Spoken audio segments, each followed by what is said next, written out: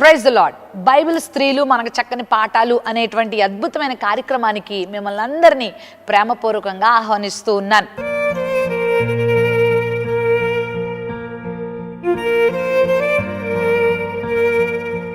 ఒక యుద్ధ వీరునికి కుమార్తెగా జన్మించింది, మరో యుద్ధ వీరునికి భారీగా అయ్యింది.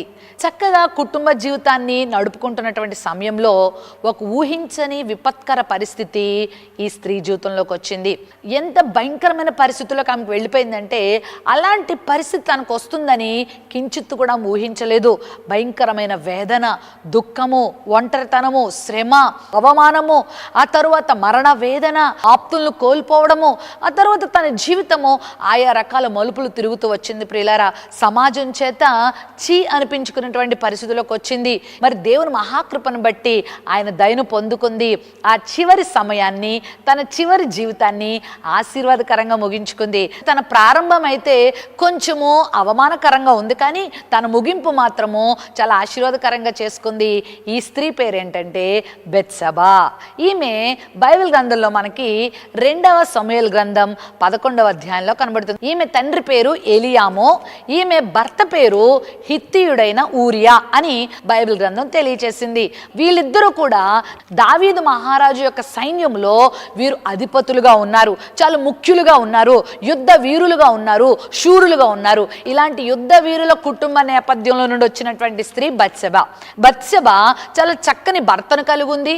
బత్షెబా చాలా చక్కని కుటుంబ నేపథ్యాన్ని కలిగి ఉంది. కానీ ఈమె జీవితంలో ఒక ఊహించని, ఒక భయంకరమైన, అవమానకరమైన సంఘటన ఒకటి జరిగింది. ప్రియులారా, 2వ సమూయేలు గ్రంథం 11వ అధ్యాయం మీరు చదవండి, ఆ తర్వాత మీకు అర్థమవుతుంది. దావీదు అనేటువంటి ఒక చక్కని మహారాజు ఉన్నాడు.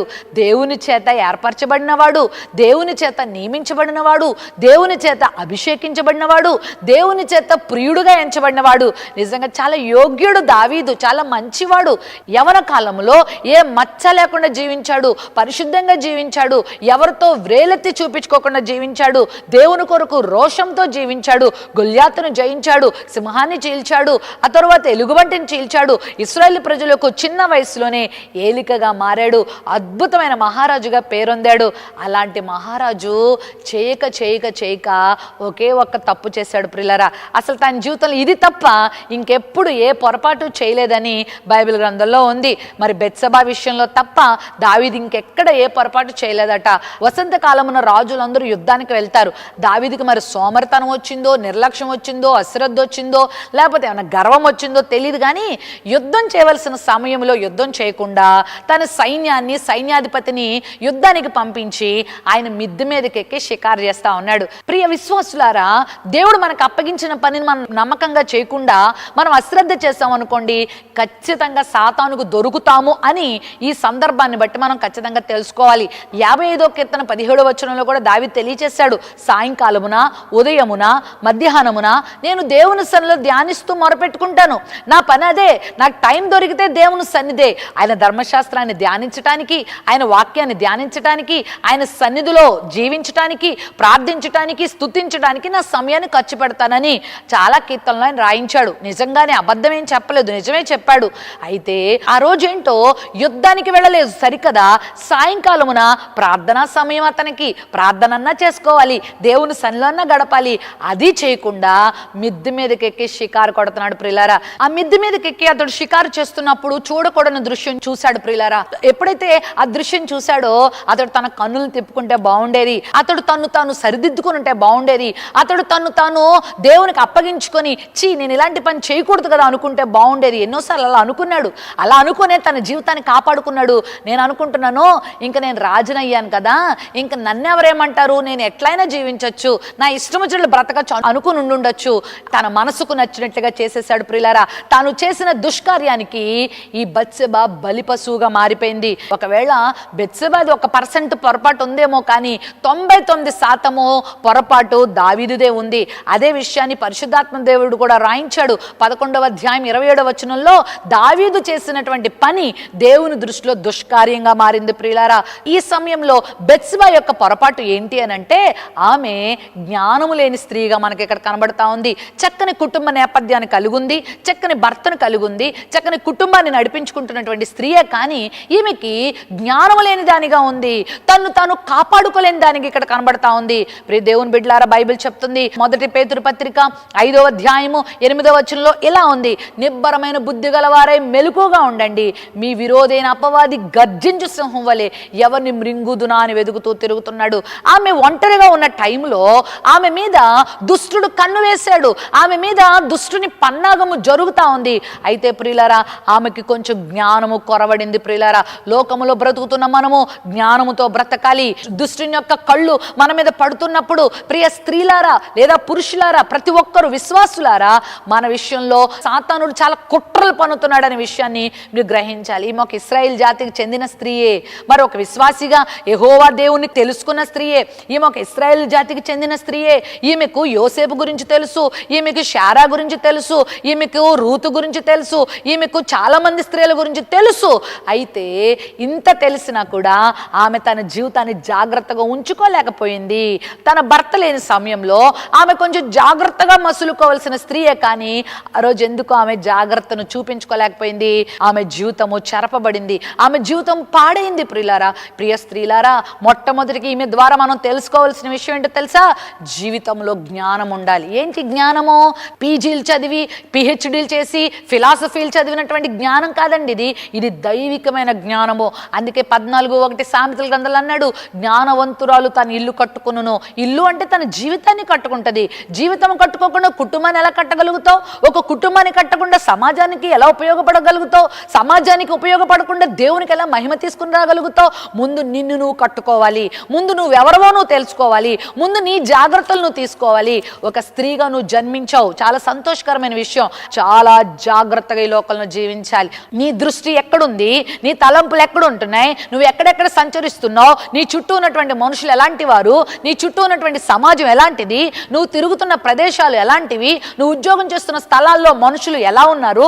నీ వైపు ఎలా చూస్తున్నారు? నిన్ను ఏ విధంగా గమనిస్తున్నారు? ఇలాంటి విషయాల మీద ప్రతి ఆడపిల్లకు, ప్రతి స్త్రీకి చాలా అవగాహన అవసరం. అందుకే మత్తయి సువార్త 10వ అధ్యాయం 16వ వచనంలో కూడా ప్రభువే అన్నారు, మీరు పాముల వలె వివేకులను, పావురముల వలె నిష్కపటులై ఉండాలి. ఈ మలిన లోకంలో, ఈ మురికి లోకంలో మనము చాలా జ్ఞానం కలిగి ఉండాలండి, దైవికమైన జ్ఞానం కలిగి ఉండాలండి. అందుకే యాకోబు రాసిన పత్రిక 1వ అధ్యాయం 5వ వచనంలో అన్నాడు, మీలో ఎవరికైనా జ్ఞానము కొదువుగా ఉంటే అతడు దేవుణ్ణి అడగాలి, అప్పుడు అది అతనికి అనుగ్రహించబడుతుంది. దైవికమైన జ్ఞానంలో మనం జీవించినప్పుడు దేవుడే మనల్ని నడిపిస్తూ ఉంటాడు. మీరు కుడికి గాని ఎడమకి గాని తొలగకుండా ఇదే త్రోవలో, ఇదే మార్గంలో నడవండి అని మన వెనకాల, మన చెవులకు ఒక శబ్దం వినబడుతుందని యెషయా గ్రంథంలో మనం చూస్తాం. ప్రియులారా, పౌలు గారు కూడా అంటారు తిమోతి పత్రికలో, ప్రభువు నా ప్రక్క నిలిచి నన్ను బలపరిచాడు గనుక సింహపు నోట నుండి నేను తప్పించబడ్డాను. ఇదిగో మన చుట్టూరు ఎన్నో సింహాలు తిరుగుతున్నాయి, మన చుట్టూరు సాతానుడు తిరుగుతా ఉన్నాడు. ఇలాంటి పరిస్థితుల్లో నిన్ను నువ్వు కాపాడుకోవాలనంటే దేవుని జ్ఞానం చాలా అవసరం. తను తాను కాపాడుకోవడమే భక్తి అని యాకోబు పత్రిక 1:27లో మనం చూస్తాం. యెహోవా యందు భయభక్తులు కలిగి ఉండుటే జ్ఞానం అంటే. ఈమె చాలా సౌందర్యవంతురాలని బైబిల్లో ఉంది. ఈమెకి మామూలు సౌందర్యం ఉంది, కానీ ఆధ్యాత్మికమైన సౌందర్యం లేదు. అందము మోసకరం, సౌందర్యం వ్యర్థం. యెహోవా యందు భయభక్తులు కలిగి ఉండుటే అందం, యెహోవా యందు భయభక్తులు కలిగి ఉండుటే నిజమైన సౌందర్యం. వివేకం లేని సుందర స్త్రీ పంది ముక్కునున్న బంగారు కమ్మె వంటిదని బైబిల్లో ఉంది. ఒకవేళ నీకు ఆధ్యాత్మిక జ్ఞానం లేకపోతే, నీకు శారీరకంగా ఎంత సౌందర్యం ఉన్నా ఒకరోజు అది నిన్ను ఎంతో ప్రమాదంలో పడేస్తుంది. జాగ్రత్త. ఆధ్యాత్మిక సౌందర్యం చాలా అవసరం. అదే రక్షణ జీవితం, అదే మారు మనసు అనుభవం, అదే పరిశుద్ధమైన జీవితం. ఈ బెత్షెబ ఆధ్యాత్మికమైన జ్ఞానము లేకపోవడం వల్ల ఆ రోజు దొరకకూడని వానికి దొరికిపోయింది. ప్రియులారా, కుటుంబ జీవితం పతనం అయిపోయింది. ప్రియులారా, ఆ రోజు దావీదు చేయరాని పని చేయగా ఆ పనికి ఈమె బలి పశువుగా మారిపోయింది. ఎప్పుడైతే దావీదు ఇంటికి తీసుకురాబడిందో అప్పుడైనా ఆమెకు అవగాహన కలగలేదు. ఏం జరగబోతుంది, ఏం చేయబోతున్నాడు నన్ను అనేటువంటి అవగాహనలో ఆమె లేదు. ప్రియులారా, ఆమెలో పిరికితనం ఉంది, ఆమెలో స్థైర్యం లేదు. ఆమె శోధనకు తను అప్పగించేసుకుంది, శోధనకు లోపరిచేసుకుంది. రెండోదిగా ఈమె శోధనను ఎదుర్కోలేకపోయింది. ప్రార్థనా జీవితంలో లేదు. యోసేపు యవనస్తుడుగా ఉన్నాడు. ఒక భయంకరమైన శోధన కలిగినప్పుడు ఎంత ధైర్యంగా ఎదిరించాడు. మరి ఈమెలో ఆ ధైర్యం లేదు. ఆ భయంకరమైన శోధన ఆమె మీదకి వచ్చిన వచ్చినప్పుడు అరే నేను ఒక వ్యక్తికి భార్యను కదా, నేను ఇలాంటి పని చేయకూడదు కదా, ఎంత రాజైతే మాత్రమో నేను ఒక దేవుని బిడ్డను కదా, నేను ఇశ్రాయేలు జాతికి చెందిన స్త్రీని కదా, నేను ఈ పాపాన్ని ఎదిరించాలి కదా అనేటువంటి సత్తా ఆమెకు లేదు ప్రియులారా. ప్రార్థనా జీవితం లేని వారు శోధనలో పడిపోతారు. ప్రియ తల్లి, ప్రియ చెల్లి, ప్రియ అక్క, నీ జీవితంలో ప్రార్థనకు చోటుందా? లేదంటే నువ్వు శోధనలో పడిపోతావు. అంటే ఈ శోధన నేను అనను, ఏ శోధన అయినా సరే నీ కొరకు పొంచుకున్నదాని విషయాన్ని గుర్తుపెట్టుకో. స్త్రీలకు ప్రార్థన చాలా అవసరం, దేవునితో సహవాసం చాలా అవసరం. అందుకే ఫిలిప్పీ పత్రిక 4వ అధ్యాయము 7వ వచనం కనుక మనం చదివితే, సమస్త జ్ఞానమునకు మించిన దేవుని సమాధానం మీకును మీ తలంపులకును కావలి ఉంటది. ఎప్పుడు అంటే నువ్వు ప్రార్థించినప్పుడే, దేవుని సన్నిధిలో మొర్రపెట్టినప్పుడే, దేవుని సన్నిధిలో సమయాన్ని గడుపుతున్నప్పుడు దేవుడు నీ చుట్టూ కంచె వేస్తాడు. 34వ కీర్తన 7వ వచనం ఇలా ఉంది, యెహోవా యందు భయభక్తులు గలవారి చుట్టూ ఆయన దూత కావలి ఉండి వారిని రక్షిస్తుంది. యోబు అరుణోదయమున లేచి ప్రార్థన చేస్తుండేవాడట. అతడు గొప్ప ధనవంతుడంట. అతనుకున్నటువంటి ధనము యూజు దేశంలో ఎవరికీ లేదు. అతనుకున్నటువంటి వ్యాపారాలు, అతనుకున్నటువంటి ఆస్తి ఐశ్వర్యాలు, అతనుకున్న పేరు ప్రఖ్యాతులు యూజు దేశంలో మరి ఎవరికి లేదు. 3000 ఒంటెలు ఉన్నాయి ప్రియులారా, 7000 గొర్రెలు ఉన్నాయి, 500 ఆడుగాడులు ఉన్నాయి, 500 జతల ఎడ్లు ఉన్నాయి, విస్తారమైన పనివాళ్ళు ఉన్నారు, ఆస్తిపాస్తులు ఉన్నాయి. అలాంటి గొప్పవాడే ప్రార్థన చేశాడు, అరుణోదయమునే లేచాడు. ఏమండి, గొప్పవాళ్ళు సుఖంగా ఉన్నవాళ్ళు ఉదయాన్నే లేస్తారా? కడుపు తీర తింటారు, కంటి నిండా నిద్రపోతారు, ఇష్టం వచ్చినప్పుడు లేస్తారు. అరుణోదయం లేచి దేవుణ్ణి మరి వెంబడించాల్సిన అవసరం ఏముంది ధనవంతులకి? కానీ ఇతడికి తెలుసు, ప్రార్థన లేకపోతే నేను శోధనలో పడిపోతాను, ప్రార్థన లేకపోతే అపవాది కుట్రలకు నేను బలైపోతాను. ఈరోజు ఎన్ని కుటుంబాలలో భయంకరమైన శోధనలు ప్రియులారా, ఎంతమంది బిడ్డలు దేవుని కృపకు దూరం అయిపోతున్నారు, ఎన్ని కుటుంబాల్లో దారుణమైన సంఘటనలు, ఎన్ని కుటుంబాల్లో భయంకరమైన పరిస్థితులు జరుగుతున్నాయి. మీకు తెలుసా? నేను ఒక మాట ధైర్యంగా చెప్తున్నాను, ప్రార్థన చేసే కుటుంబాలలో దేవుని కంచె ఉంటుంది, దేవుని కాపుదల ఉంటుంది, ప్రార్థించే స్త్రీల మీద దేవుని కృప ఉంటుంది ప్రియులారా. అందుకే స్త్రీలైన మీరందరూ ప్రార్థన చేయాలి, సమయాన్ని వెచ్చించాలి. ఇదిగో కొంతమంది అంటారు, పొద్దున్న లేచిన దగ్గర నుంచి రాత్రి పండుకునేదాకా ఇంటి పని, వంట పని, అబ్బో అసలు తీరిక ఉండట్లేదండి అమ్మగారు అంటూ ఉంటారు. ఎంత తీరిక లేకపోయినా సరే నువ్వు దేవుని సన్నిధిలో గడిపే వ్యక్తిగా ఉండాలి. సూజన్ వెస్లీ అనేటువంటి స్త్రీ ఉంది ఇంగ్లాండ్ దేశంలో. ఆమెకు 19 మంది పిల్లలు పుట్టారు, ఇంచుమించు 9 మంది పిల్లలు చనిపోయారు. ఆ 10 మంది పిల్లల్ని నిజంగా దేవుని కొరకు పెంచుతూ ఆమె వాళ్ళందరికీ సేవ చేస్తూ ఆ కొద్ది సమయాన్ని దేవుని సన్నిధిలో గడుపుతూ ఉండేది. కొంచెం సమయం తీసుకొని ఆ రాత్రి వేళలో అందరూ పడుకున్న తర్వాత దేవుని సన్నిధిలో ప్రార్థించేదంట. సోమరతనాన్ని తగ్గించుకో, కబుర్లు తగ్గించుకో, పనులు తగ్గించుకో, విస్తారమైన మాటలు తగ్గించుకో, ఆ టీవీలో సీరియళ్లు తగ్గించుకో, షికారులు తగ్గించుకో. ప్రార్థనకు సమయాన్ని ఇవ్వకపోతే ఖచ్చితంగా మనం దెబ్బతింటామని బెత్సెబా మనకు తెలియచేస్తా ఉంది. తనని ఎంతో ప్రేమగా చూసుకుంటున్న భర్త చంపివేయబడ్డాడు. ఇందులో దావీదు యొక్క దోషము చాలా మట్టుకుంది, అయితే ఈమెది కూడా కొంచెం ఉంది ప్రియులారా. ఎందుకంటే పాపమును ఎదిరించలేకుండా ఆ పాపముతో ఏకీభవించింది కాబట్టి ఈమె కూడా అందులో భాగస్వామ్యాన్ని పొందుకుంది ప్రియులారా. వ్యభిచారం అనేటువంటి పాపము చాలా భయంకరమైన పాపము. దేవునికి నచ్చని విషయాలలో ఈ వ్యభిచారం అనేది చాలా ప్రథమమైనదని గుర్తుపెట్టుకోవాలి. వ్యభిచార పాపం చేత బైబిల్లో చాలా మంది దెబ్బలు తిన్నారు. మరి ఆ క్షణికావేశంలో దావీదు పాపం చేశాడు, కానీ ఆ తర్వాత దావీదు ఎన్ని ఘోరాలు చూడాల్సి వచ్చిందో తెలుసా? మీరు 2వ సమూయేలు గ్రంథం 12వ అధ్యాయం చదివితే నాతాను ప్రవక్త ద్వారా దేవుడు దావీదుని హెచ్చరిస్తాడు. ఏ దావీదు, నువ్వేమనుకుంటున్నావు? ఏ స్థితిలో నుండి నిన్ను దేవుడు రాజుగా చేశాడో మర్చిపోయావా? గొర్రెల దొడ్డులో ఉన్న నిన్ను దేవుడు ఎన్నుకొని మహారాజుగా చేస్తే కళ్ళు మూసుకుపోయి జీవిస్తున్నావా అని గద్దించాడు. గద్దించి ఏమన్నాడు తెలుసా? నువ్వు ఏదో చీకట్లో చేశానని మరి ఇది ఎవరు చూడలేదని అనుకుంటున్నావా? నీ దేవుడు సమస్తము చూశాడు. నువ్వు ఏదైతే విత్తావో ఖచ్చితంగా దాన్ని కోసుకుంటావు. సదాకాలము నీ ఇంటిలో యుద్ధాలే జరుగుతాయి, నీ పిల్లలు ఒకరినొకరు చంపుకుంటారు, నీ ఇల్లంతా గందరగోళ పరిస్థితులకు వెళ్ళిపోతుందని ఆ రోజు నాతాను ప్రవక్త ద్వారా హెచ్చరించబడతాడు. తన ఇంటి వారి ద్వారానే దావీదు ఎన్నో కష్టాలు అనుభవిస్తాడు. తన ఇంటిలో జరగరాని కార్యాలు జరుగుతాయి. ఎందుకో తెలుసా? దావీదు చేసిన ఒక చిన్న పొరపాటు. చాలా మంది అనుకుంటారు అంటారు, నేను చేసింది చిన్నదే కదండి, నేను చేసిన పాపం ఎవరు చూడలేదు కదండి, మిగతా వాళ్ళతో పోల్చుకుంటే అసలు ఇది పాపమే కాదండి, తప్పే కాదండి అని వాళ్ళని చూసి వీళ్ళని చూసి సమర్థించుకుంటూ ఉంటారు. పాపము చిన్నదైనా పెద్దదైనా ఒకటే ప్రియులారా. విషము ఒక చుక్కైనా 100 చుక్కలైనా విషం విషమే కదా. కరోనా వైరస్ చాలా చిన్నదే, కానీ ఈరోజు ప్రపంచానంతటిని అది ఎంత హస్తగతం చేసుకొని వినాశనాన్ని సృష్టిస్తా ఉంది. మూడవదిగా ఈమె కూడా వ్యభిచార పాపానికి తల వంచింది, పాపానికి తల వంచేసింది. ఈరోజు ఈ వాక్యం వింటున్న ప్రియ స్త్రీలారా, ఏ పాపానికైనా మీరు తల వంచుతున్నారా? పాపానికి దూరంగా ఉంటున్నారా? పాపం వలన వచ్చు జీతం మరణం అని 6:23 మనం చూస్తాం. మీకు ₹1,00,00,000 ఇస్తానన్నా సరే దయచేసి పాపం జోలికి వెళ్ళొద్దు. అది చేసేటప్పుడు ఆరాటంగానే ఉంటుంది, చేసేసిన తర్వాత భయంకరమైన పోరాటాలు మిగులుస్తుంది, భయంకరమైన వినాశనాలు మీ జీవితంలో కలిగిస్తుంది. నేను చాలా మందిని చూశానండి, చిన్న పాపము ఘోరమైన పర్యవసానాలు పొందిన వాళ్ళు చాలా మంది ఉన్నారు. ఆ తర్వాత దావీదు చాలా ఏడుస్తాడు, పాపము చేయకముందే ఆలోచించు, చేసేసిన తర్వాత ఏడ్చిన ప్రయోజనమేముంది? ఈ మాట అనాలా వద్దా? ఈ చూపు చూడాలా వద్దా? ఈ తలంపు చేయాలా వద్దా? ఈ స్నేహం చేయాలా వద్దా అని ఆలోచించు. వ్యభిచార పాపం వల్లనే ఎయిడ్స్ అనే భయంకరమైన వ్యాధి ప్రపంచంలోకి వచ్చింది ప్రియులారా. ఒక స్త్రీని మోహపు చూపు చూస్తేనే అది పాపం అని బైబిల్లో ప్రభు చెప్పాడు మత్తయి సువార్త 5వ అధ్యాయంలో. అందుకని కళ్ళుని జాగ్రత్తగా పెట్టుకో. ఒక భక్తుడు అంటాడు, కళ్ళుండి పాపం చేసే కంటే కళ్ళు లేకపోయినా పర్వాలేదంటాడు భక్తుడు. దేవుడు మనకు అందమైన కళ్ళు ఇచ్చాడు కదా, పరిశుద్ధంగా వాడుకుందాం. 1 కొరింథీ పత్రిక 6వ అధ్యాయము 19వ వచనంలో ఇలా ఉంది, మీ దేహము దేవుని వల్ల మీకు అనుగ్రహింపబడి మీలో ఉన్న పరిశుద్ధాత్మకు ఆలయమై ఉన్నదని మీరు ఎరుగరా? మీరు మీ సొత్తు కారు, ఇదిగో ఇది దేవుని ఆలయం. ఈ ఆలయాన్ని మనం పాడు చేయడానికి వీల్లేదు. హెబ్రీ పత్రిక 13వ అధ్యాయం 4వ వచనం ఇలా ఉంది, వివాహము అన్ని విషయములలో ఘనమైనది, పాన్పు నిష్కళంకమైనది, దేవుడు వేశ్యా సంగులకు వ్యభిచారులకు తీర్పు తీరుస్తాడు అనేటువంటి వచనం ఇక్కడ చూస్తున్నాం. ఒకవేళ ఈరోజు ఈ వాక్యం వింటున్న మీలో ఎవరైనా దేవునికి వ్యతిరేకమైన పని చేస్తున్నారా? వ్యభిచార పాపపు తలంపులలో మీరు ఎవరైనా జీవిస్తున్నారా?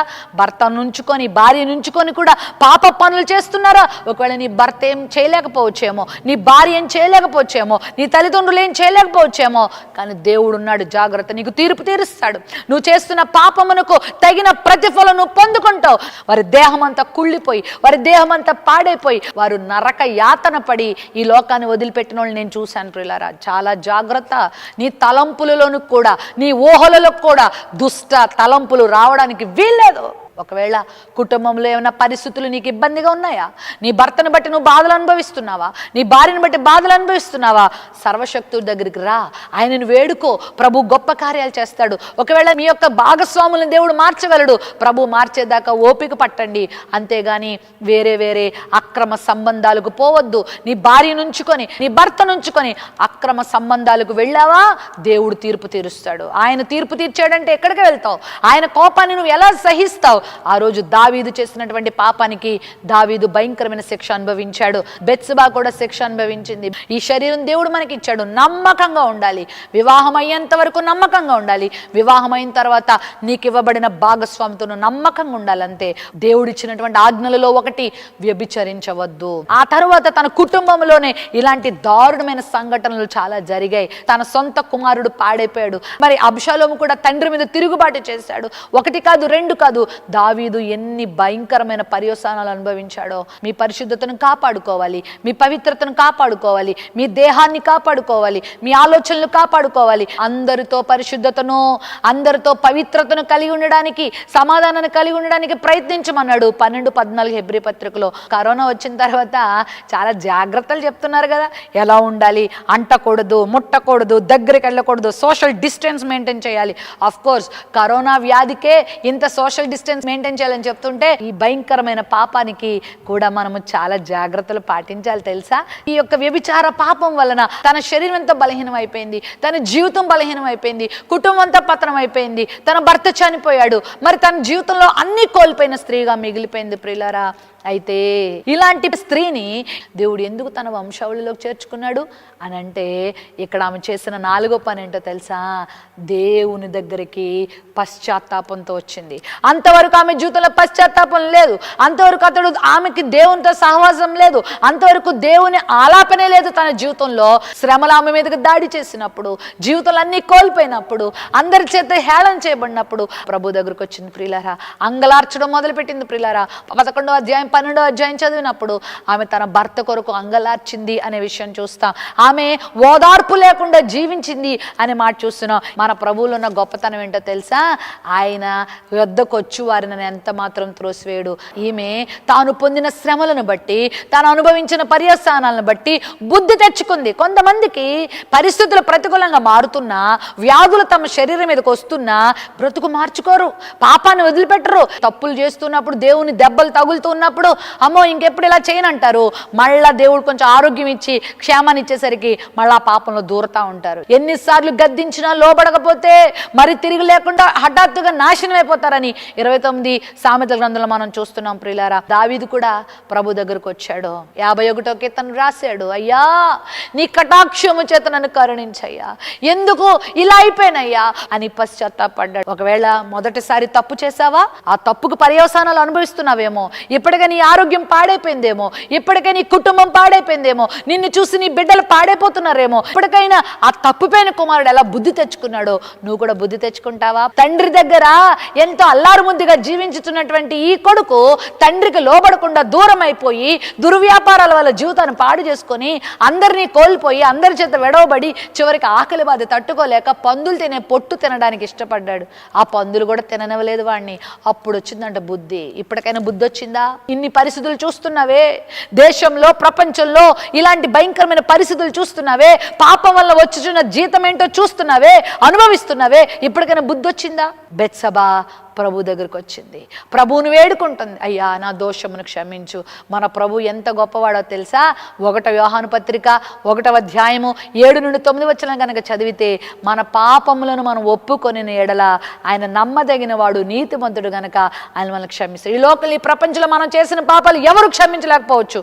హైకోర్టులు కానీ, సుప్రీం కోర్టులు కానీ, జడ్జిలు కానీ మన పాపాలు క్షమించకపోవచ్చేమో, దేవుడు మనల్ని క్షమిస్తాడు ప్రియులారా. ఒప్పుకుంటే నిన్ను ఆయన క్షమిస్తాడు. అతిక్రమములు చేయువాడు వర్ధిల్లడు, వాటిని ఒప్పుకొని విడిచిపెట్టువాడు కనికరం పొందుతాడని సామెతల గ్రంథంలో ఉంది. నువ్వు ఆయన సందులోకి వచ్చి పాపాలు ఒప్పుకో.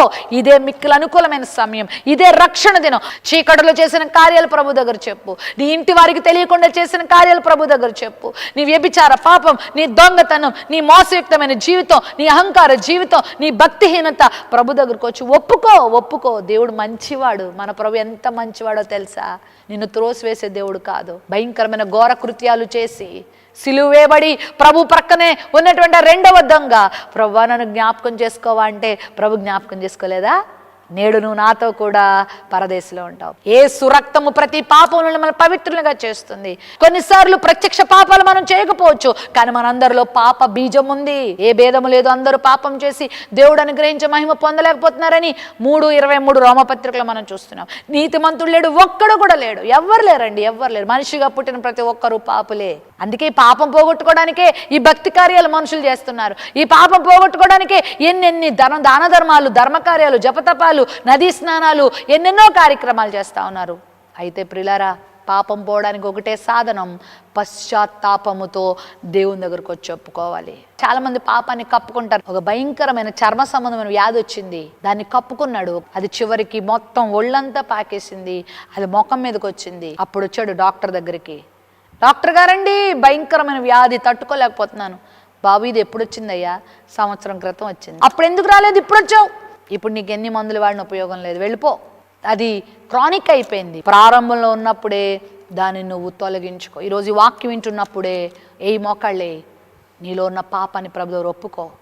తల్లిదండ్రులు తెలియకుండా చేస్తున్న పాపాలు, కాలేజ్ కానీ వెళ్తున్నావు, స్కూల్ కానీ వెళ్తున్నావు, చేయరాని కార్యాలు చేస్తున్నావు కదా, బయట ఉద్యోగాలకు వెళ్తున్నావు, నీ భార్యకు తెలియకుండా, నీ భర్తకు తెలియకుండా కార్యాలు చేస్తున్నావు కదా, నమ్మించి మోసగిస్తున్నావు కదా, నోరు మూయిస్తున్నావు కదా. కొన్నిసార్లు దుర్దినములు రాకముందే, భయంకరమైన పరిస్థితులు నీ కళ్ళ ముందుకు రాకముందే ఇదే మిక్కులు అనుకూలమైన సమయం ప్రభు దగ్గర ఒప్పుకుంటావా?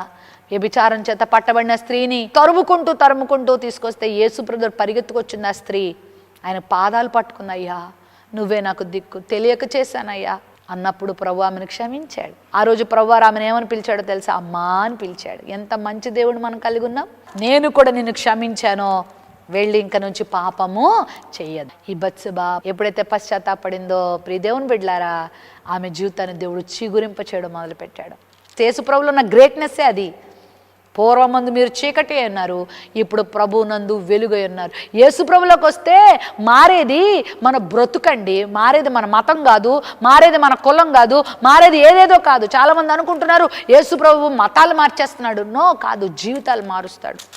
బెత్సెబా ఆ తర్వాత జీవితాన్ని మార్చుకుంది, మారు మనసు పొందింది, పరిశుద్ధతను నేర్చుకుంది, పవిత్రతను నేర్చుకుంది, ప్రార్థించడం అంటే ఏంటో నేర్చుకుంది, దేవునితో సహవాసం నేర్చుకుంది, పవిత్రంగా ఉండడం ఏంటో నేర్చుకుంది, జ్ఞానం అంటే ఏంటో నేర్చుకుంది, భయభక్తులు కలిగి ఉండడం ఏంటో నేర్చుకుంది. ప్రియులారా, అందుకే దేవుడు ఆమెను కనికరించాడు. దేవుడు అందుకే ఆమెను కృప చూపించాడు. మన దేవుడు దుష్టత్వాన్ని చూచి సహించే దేవుడు కాదు. దుష్టులనైనా వర్ధిల్ల చేయడు, పాపులనైనా అభివృద్ధి చేయడు. పాపమును ఒప్పుకొని విడిచిపెట్టిన వాళ్ళని ఆయన అభివృద్ధి చేస్తాడు. వాళ్ళు ఎంత ఘోరమైన వారైనా సరే పెంట కుప్పల మీద నుండి దేవుడు వాళ్ళని లేపుతాడు. నీ జీవితాన్ని ప్రభు చేతిలో పెట్టిన తర్వాత ఇంక నువ్వు బాధపడాల్సిన పని లేదు. ఒకవేళ నీ ఇరుగు పొరుగు వారు, నీ స్నేహితులు, నీ చిరకాల మిత్రులు వచ్చారే, నువ్వు అలాంటోడు కదా, నువ్వు ఇలాంటి దాను కదా, ఒకవేళ వాళ్ళు అనొచ్చేమో, కానీ నా ప్రభు అనడు. నిన్ను వాళ్ళ ముందే ఉన్నత స్థానాన్ని తీసుకొచ్చేస్తాడు. దేవుడు ఆమె జీవితాన్ని మార్చాడు, ఆమె నడకను మార్చాడు, ఆమె పడక మారిపోయింది, ఆమె చూపులు మారిపోయాయి, ఆమె జీవన విధానం మారిపోయింది, ఆమె పద్ధతులు మారిపోయాయి, ఆమె పనులు మారిపోయాయి, ఆమె ఆలోచన విధానం మారిపోయింది. పరిశుద్ధత మీద ఆమె తన జీవితాన్ని కట్టుకుంది. ప్రియులారా, ప్రభు ఆమెని ప్రేమించి మరలా ఆమెకు కుమారుని అనుగ్రహించాడు. ఆ కుమారుడికి సొలొమోను అని పేరు పెట్టింది. సొలొమోను అనే మాటకు దేవునికి ఇష్టమైన వాడు అని అర్థం. 5వదిగా దేవుని కృపను పొందుకొని ఒక అద్భుతమైన కుమారునికి తల్లిగా మారింది. ఆ కుమారుణ్ణి దైవభక్తిలో పెంచడం ప్రారంభించింది. సొలొమోను లాంటి రాజు ఎవ్వరూ లేరు. సొలొమోను అంత జ్ఞాని ఎవరు లేరండి. 3000 సామెతలు రచించాడండి, ఎన్నో పాటలు రచించాడు. అంత గొప్ప రాజుకి బెత్సెబా తల్లిగా మారిపోయింది. నీ ప్రమేయం లేకుండానే నీ జీవితం ఏమైనా పాడైపోయిందా? నీ కుటుంబం పాడైపోయిందా? విశ్వాసంతో ప్రభు దగ్గరికి రా. ప్రభు మరలా నీకు నూతనమైన వెలుగులు ఇస్తాడు. దేవుడిని నూతన సృష్టిగా చేస్తాడు. 2 కొరింథీ పత్రిక 5:17 అంటాడు, ఎవడైనను క్రీస్తునందున్న వాడు నూతన సృష్టి, పాతవి గతించెను, సమస్తము కొత్తవాయెను. గొంగళి పురుగు జీవితము ఎంత భయంకరమైన జీవితం అంటే, అది చెట్ల మీదకి ఎక్కి చెట్లన్నిటిని పాడు చేస్తుంది. దాన్ని ఎవ్వరూ ప్రేమించరు. మన ఇంటికి అది ఏమైనా వచ్చినా దాన్ని ఎవ్వరూ వెల్కమ్ చెప్పం, దాన్ని చంపేస్తాం. అయితే అది జీవితాన్ని మార్చుకోవాలనుకుంటుంది. గూడు కట్టుకొని ప్రభు సన్నిధిలో ప్రార్థన చేస్తుంది, అయ్యా నా జీవితాన్ని మార్చవా అని అడిగినప్పుడు దేవుడు ఆమెని సీతాకోక చిలుకగా మారుస్తాడు. ఇక చూడండి, సీతాకోక చిలుక ఎంత దీవెనకరంగా ఉంటుంది. ఏ మొక్కలనైతే గొంగళ పురుగు ఉన్నప్పుడు పాడు చేసిందో, ఇప్పుడు అదే మొక్కలకి అది జీవాన్ని ఇస్తుంది, ఆ మొక్కలకు అభివృద్ధిని ఇస్తుంది. ఆ పువ్వులు పిందెలు కట్టడానికి, పిందెలు పండ్లు అవ్వడానికి సీతాకోక చిలుక ఉపయోగపడుతుంది. తెలుసా? అంత ఆశీర్వాదకరమైన జీవితాన్ని సీతాకోక చిలుక పొందుకుంటుంది. కారణం ఏంటో తెలుసా? దేవుని మీద ఆధారపడినప్పుడు. ఆయన మీద ఆధారపడు, బాధపడొద్దు. అలా చనిపోదాం ఇలా చనిపోదామని ఆత్మహత్య ప్రయత్నాలు చెయ్యొద్దు. దేవుని మీద ఆనుకో. దేవుడు మరలా నీ జీవితాన్ని చిగురింప చేస్తాడు, నూతనమైన వెలుగులు నీకు ఇస్తాడు. బెత్సెబా మనకు తెలియచేస్తుంది, అమ్మలారా నా బ్రతుకు ఇంకెందుకు పనికి రాకుండా అయిపోయినప్పుడు నేను దేవుని మీద ఆధారపడ్డాను, పశ్చాత్తాపడ్డాను. మరలా నా గతమంతటిని దేవుడు మర్చిపోయేలా చేశాడు. దేవుడు మరలా నాకు నూతనమైన జీవితాన్ని ఇచ్చాడు. మొదటి రాజుల గ్రంథంలో మరి నాతాను ప్రవక్తతో చక్కని సలహా సంప్రదింపులు పొందుతా ఉంది. నాతాను ప్రవక్తను వెంబడించింది. అవును, నువ్వు కూడా ఒక చక్కని దైవజనుని నడిపింపులో, ఒక దైవ సేవకురాలి నడిపింపులో మీరు జీవించాలి. మీరు సొంత నిర్ణయాలు తీసుకోవద్దు, సొంత అభిప్రాయాలతో వెళ్ళిపోవద్దు. ఆ మొదటి రాజుల గ్రంథం 1వ అధ్యాయంలో నాతాను చెప్తాడు, అమ్మా నీ కుమారుడి విషయంలో వెళ్ళి రాజుతో మాట్లాడు పో అని చెప్పినప్పుడు ఆ నాతాను ప్రవక్త గారి మాట విని రాజు దగ్గరికి వెళ్ళి తన కుమారుని రాజు చేయటానికి ఆమె అక్కడ విజ్ఞాపన చేస్తుంది. అయ్యా రాజుగారు, నువ్వు వృద్ధాప్యంలో ఉన్నావు. అదోని అనేటువంటి వాడు నీ రాజ్యానికి కుట్ర పన్ని మరి రాజ్యం అంతా పాడు చేయడానికి ప్రయత్నం చేస్తున్నాడు. మరి నువ్వు వాగ్దానం చేసావు కదా, నా కొడుకుని రాజ్యం చేస్తానని చెప్పావు కదా, మరి దాని గురించి ఆలోచిస్తావా అని చెప్పినప్పుడు సాష్టాంగపడి దావీదు దగ్గర ఆ తర్వాత మేలు పొందుకుంది. ఆమె చేసిన విజ్ఞాపనకు రాజు మరి ఎంతో జవాబిచ్చాడు. తన కుమారుని రాజుగా చేశాడు. ఒక మాటలో చెప్పిన ఈమె తన కుమారుణ్ణి రాజుగా చేసుకోవడానికి ప్రయత్నం చేసింది. ఈరోజు తల్లిగా మీ యొక్క ఆలోచన ఎలా ఉంది? మీ పిల్లల్ని ఎలా చేయాలని మీరు ఆశపడుతున్నారు? మీ పిల్లల్ని సాతానికి అప్పగించాలనుకుంటున్నారా? దేవునికి అప్పగించాలనుకుంటున్నారా? రాజు దగ్గరికి బెత్సెబా వచ్చి ఎలా విజ్ఞాపన చేసిందో ప్రభు దగ్గరికి వచ్చి మీరు కూడా మీ పిల్లల కొరకు విజ్ఞాపన చేయాలి. ఇర్మియా గ్రంథం 9వ అధ్యాయము 17వ వచనం నుండి కనుక మనం చదివితే, రోదనం చేసే స్త్రీలారా రండి, అంగలార్పు విద్య నేర్చుకోండి. వీధులలో పసిపిల్లలు లేకుండా, రాజమార్గులు యవనస్తులు లేకుండా మరణం కిటికీలు ఎక్కుతా ఉంది. మరి మీ పిల్లల కొరకు ప్రార్థించరా? మొదటి జామునే లేచి ప్రార్థించరా? ఈ బెత్సెబా మనకు నేర్పిస్తున్న పాఠం ఏంటంటే, రాజు దగ్గరికి వెళ్ళి, అయ్యా నా కుమారుడి సంగతి ఏంటి? నా కుమారుడిని రాజుగా చేయవా? నువ్వు కూడా ప్రభు దగ్గరికి వచ్చి అడగాలి, ప్రవ్వా నా బిడ్డల్ని నీ మహిమార్థమే చేసుకో. ప్రవ్వా నాకు ఇచ్చిన కొడుకులు, నాకు ఇచ్చిన కూతుళ్ళు నీకు మహిమార్థమే ఉండాలి ప్రవ్వా అని నువ్వు ప్రభువును అడగాలి. ఆ విధంగా నువ్వు చేసినప్పుడు నీ బిడ్డలు సాతానికి దొరకకుండా ఉంటారు. చివరిగా ఈ స్త్రీ దేవుని వంశావళిలో చేరిపోయింది.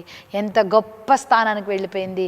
దేవుని చేత ఘనపరచబడింది. మరలా మనం మత్తయి సువార్త 1వ అధ్యాయము 6వ వచనంలో చూస్తాం. యూరియా భార్య ద్వారా దావీదు సొలొమోనును కనెను అనే మాట మనం అక్కడ చూస్తాం. నువ్వు ఆయన కొరకు జీవించినప్పుడు పశ్చాత్తాపపడి నీకు ఇవ్వబడిన బిడ్డలను, నీకు ఇవ్వబడిన వ్యక్తులను ప్రభు రాజ్యం కొరకు నువ్వు సిద్ధపరిచే వ్యక్తిగా, విజ్ఞాపన చేసే వ్యక్తిగా, దేవుని రాజ్యాన్ని నిర్మించే విషయంలో బాధ్యత కలిగిన వ్యక్తిగా నువ్వు జీవిస్తే దేవుడు నిన్ను ఘనపరుస్తాడు. నిన్ను కూడా తన రాజ్యంలో చేర్చుకుంటాడు. జీవ గ్రంథంలో, జ్ఞాపకార్థ గ్రంథంలో దేవుడు నీ పేరును పెడతాడు. నువ్వు చేసే క్రియలకు దేవుడు జీతాన్ని తీసుకొస్తాడు. ఎలాంటి ఇరుకులు వచ్చినా, ఇబ్బందులు వచ్చినా ప్రభు మహిమార్థమేమో నిలబడగలిగితే ప్రభు ఖచ్చితంగా మనల్ని దీవించే రోజు రాబోతా ఉంది. మనల్ని ఘనపరిచే రోజు రాబోతా ఉంది. మనల్ని మహిమపరిచే రోజు రాబోతా ఉంది. బెత్సెబాను దేవుడు మహిమపరిచాడు. ఆమె మీద ఉన్న చెడు ముద్ర దేవుడు తుడిపేసి ఆమెకు ఒక అద్భుతమైన ఘనతనిచ్చాడు. ఒక నక్షత్రంగా దేవుడు ఆమెను చేశాడు.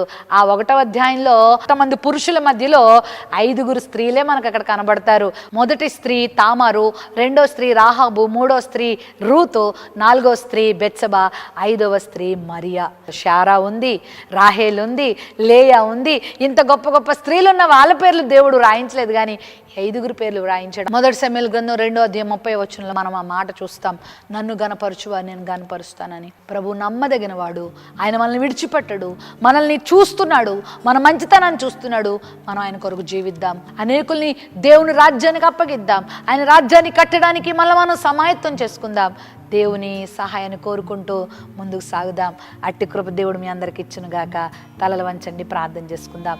ప్రేమ నమ్మకం కలిగిన మా తండ్రి, వందనాలు. ఈరోజు మీరు మాకు ఇచ్చిన మంచి సమయాన్ని బట్టి స్తోత్రాలు. దేవా, బెత్సెబా జీవితాన్ని మీరు మా ముందు పెట్టినందుకు వందనాలు. ఆమె జీవితంలో ఉన్నటువంటి అనేకమైన అనుభవాలు ప్రవ్వా మాకు కూడా పాఠంగా ఉంచినందుకు స్తోత్రాలు. మరి ఈరోజు ఈ వాక్యం విని బిడ్డలందరి జీవితాలు నీ మహిమార్థమే ఉండడానికి కృప దయచేయమని యేసుక్రీస్తు నామంలో ప్రార్థించి వేడుకుంటున్నాం తండ్రి. ఆమేన్. ఆమేన్. మంచిది ప్రియులరా, ఇంతవరకు మనం బెత్సెబా జీవితాన్ని ధ్యానించాం కదా. కొన్ని ప్రశ్నలకు మీరు జవాబులు వ్రాయండి. మొదటి ప్రశ్న, బెత్సెబా ఎవరి భార్య? బెత్సెబా ఎవరి భార్య? రెండవ ప్రశ్న, ఆమె జీవితం గురించి బైబిల్లో ఎక్కడ చెప్పబడింది? ఆమె జీవితం గురించి బైబిల్లో ఎక్కడ చెప్పబడింది? మూడో ప్రశ్న, ఆమెలో ఉన్నటువంటి బలహీనతలు ఏమిటి? ఆమెలో ఉన్న బలహీనతలు ఏమిటి? నాలుగో ప్రశ్న, దేవుని కృపను పొందడానికి ఆమె చేసిన పనేమిటి? దేవుని కృపను పొందడానికి ఆమె చేసిన పనేమిటి? ఐదో ప్రశ్న, దేవుడు ఆమెను ఏ విధంగా గనపరిచాడు? దేవుడు ఆమెను ఏ విధంగా గనపరిచాడు? ఈ ప్రశ్నలకు జవాబులు వ్రాసి స్క్రీన్ మీద చూపించేటువంటి మా నెంబర్కు మీరు జవాబులు పంపించండి. దేవుడు మీ అందరిని దీవించను గాక. అతల్య గురించి అందించిన క్విజ్కు జవాబులు పంపిన సిస్టర్స్ వీరే: sister Saritha Vijayawada, sister Swarna Joel Kadiyapulanka, sister Rebecca Anantapur, sister Lohitha, sister Sravanthi Guntur, sister Evangeline Guntur, sister Satyavathi east Godavari, sister Shyam Suguna Kumari Chittoor, sister Navyarani Bhimavaram, sister Aruna Mumbai, sister Nutana Chagallu, sister Sharon Kaikaluru, sister Aruna Jangam, sister Sulochana Chilakaluripet, sister Annapurna Guntur, sister Nikitha Nizamabad, sister Uma Guntur, sister Saroja Karnataka, sister Pragathi Pamuru, sister Grace Divya Guntur, sister Prabhavathi Guntur, sister Deevena Pendurthi, sister Lakshmi Singapore, sister Bhavani Kakinada, sister Jyothi Karnataka, sister Beulah Mumbai, sister Lalitha Vijayawada, sister Kavitha Gadwal. Hyderabad నుండి పంపిన sisters sister Mani, sister Smiley, sister Roopa, sister Devika, sister Sridevi, sister Rebecca, sister Sandhyabhanu, sister Shyamala Prasad, sister Sasikala, sister Shakeena Grace, sister Swarna, sister Kumari, sister Shanti, sister Subhashini, sister Vijay, sister Gracie, sister Rajitha, sister Ramya, sister Marina David, sister Ratna, sister Praneetha, sister Swaroopa, sister Priscilla Shekhar, sister Deborah, sister Parvathi, sister Pushpalatha, sister Monica Johnson, sister Pavani Viswanath, sister Keziah, sister Mary Swamidas, sister Dwaraka, sister Preethi, sister Santosha, sister Anitha Bhushanam, sister Rani, sister Aruna. దేవుడు వీరిని బహుగా దీవించునుగాక.